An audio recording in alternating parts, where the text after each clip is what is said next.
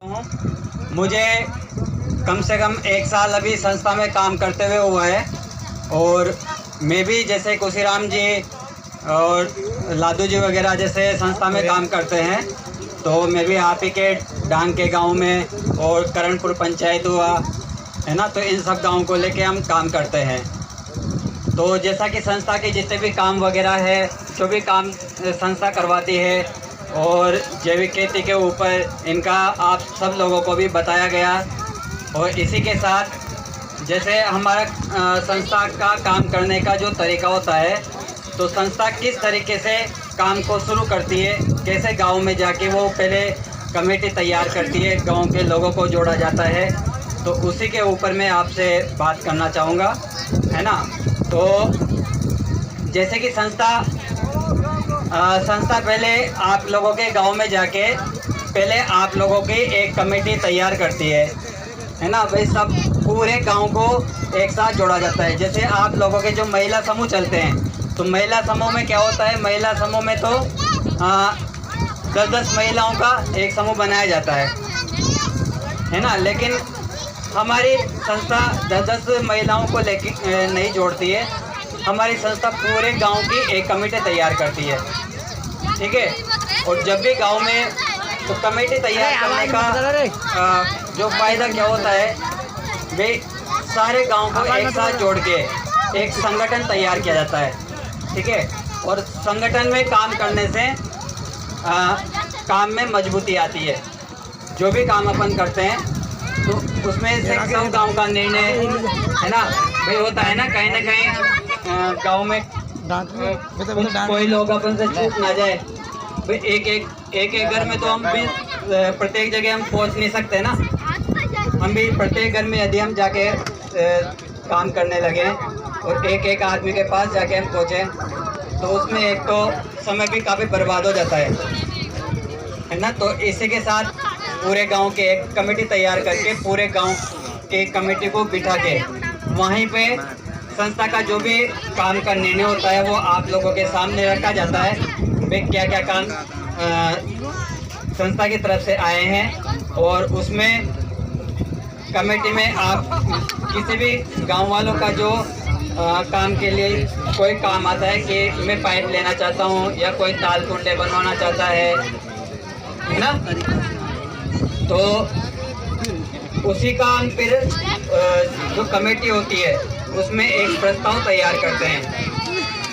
सभी गाँव वालों के सामने कमेटी में जितने भी सदस्य मौजूद होते हैं अपने, उन सभी गाँव वालों के सामने उस काम का एक प्रस्ताव लेते हैं और सब लोगों से मिलके पूछ के उस काम को हम उस जो काम लेना चाहता है उसके साथ आगे बढ़ाते हैं, है ना, ताकि गांव में किसी को भी उससे कोई समस्या पैदा ना हो। धन्यवाद।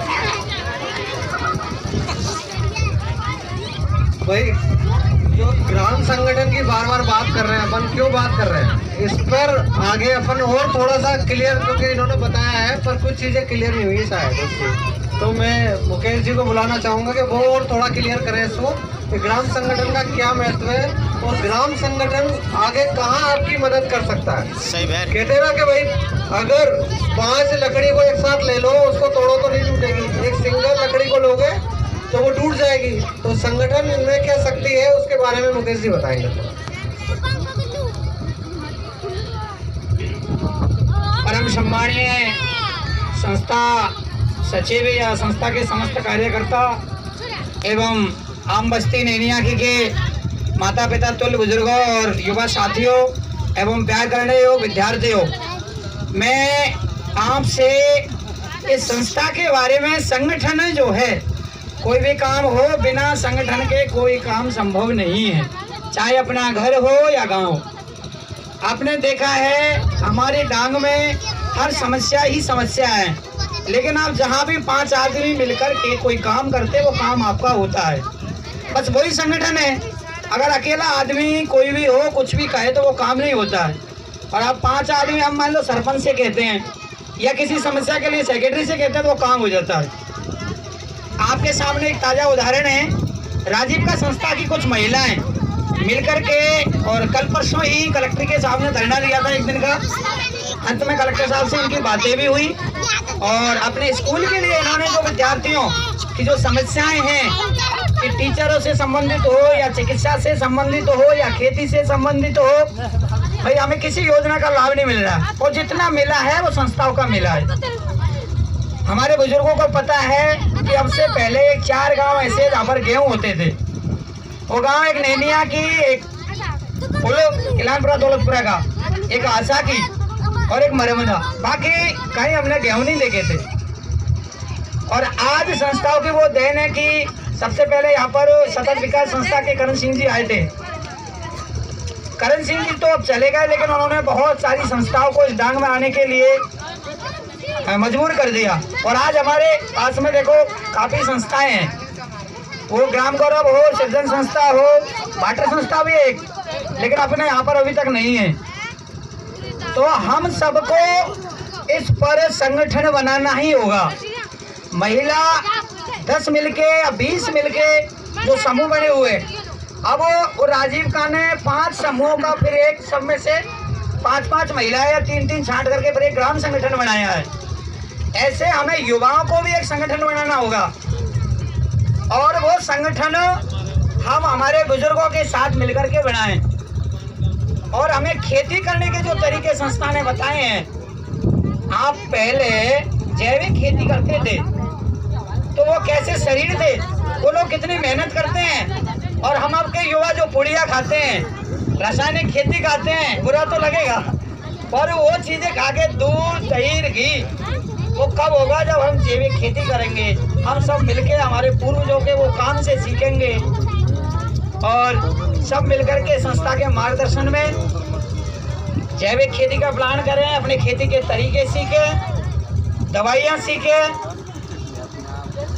कभी भी अकेला चना बाहर नहीं तोड़ सकता, चाहे वो महिला हो या वो पुरुष हो या वो शिक्षित हो या अशिक्षित। और संस्थाएं आपके पास में अभी एक आएगी। हाँ, अरे पहले आप बुजुर्ग महिलाएं मतलब पीसती थी हाथ से, और आज आपको देखो 3 रुपए की किलो का अनाज देना पड़ रहा है पिसाई के।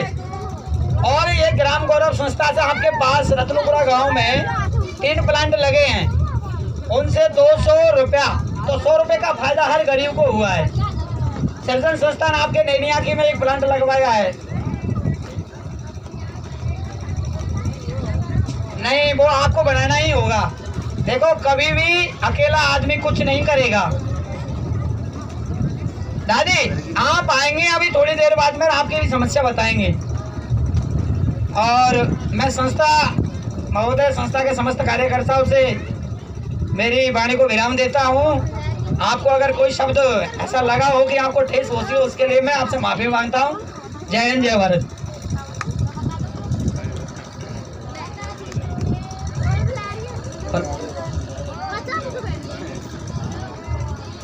वही मुकेश जी ने अभी बताया आपको वही संगठन से क्या क्या फायदे हैं, है ना। मैं थोड़ा सा और जोड़ना चाहूँगा इसमें, क्योंकि आज की मीटिंग अपन संगठन के ऊपर ही रखी है।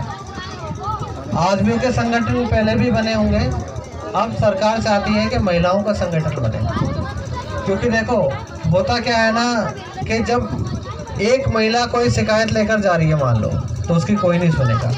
10 महिला लेकर जा रही शिकायत, तब भी कोई नहीं सुनेगा। पर अगर वहीं 100 महिला अगर खड़ी होकर जा रही हैं शिकायत करने के भैया हमारे गांव में ये समस्या है, तो कलेक्टर को भी सुनना पड़ेगा, मंत्री को भी सुनना पड़ेगा और सबको सुनना पड़ेगा। इसीलिए बार बार हम लोग कह रहे हैं कि भाई संगठन बनाना है। संगठन बनाने का सबसे बड़ा फायदा यह भी है कि जब गांव में कोई विकास कार्य आता है, सरकारी योजनाओं से लेकर ले लो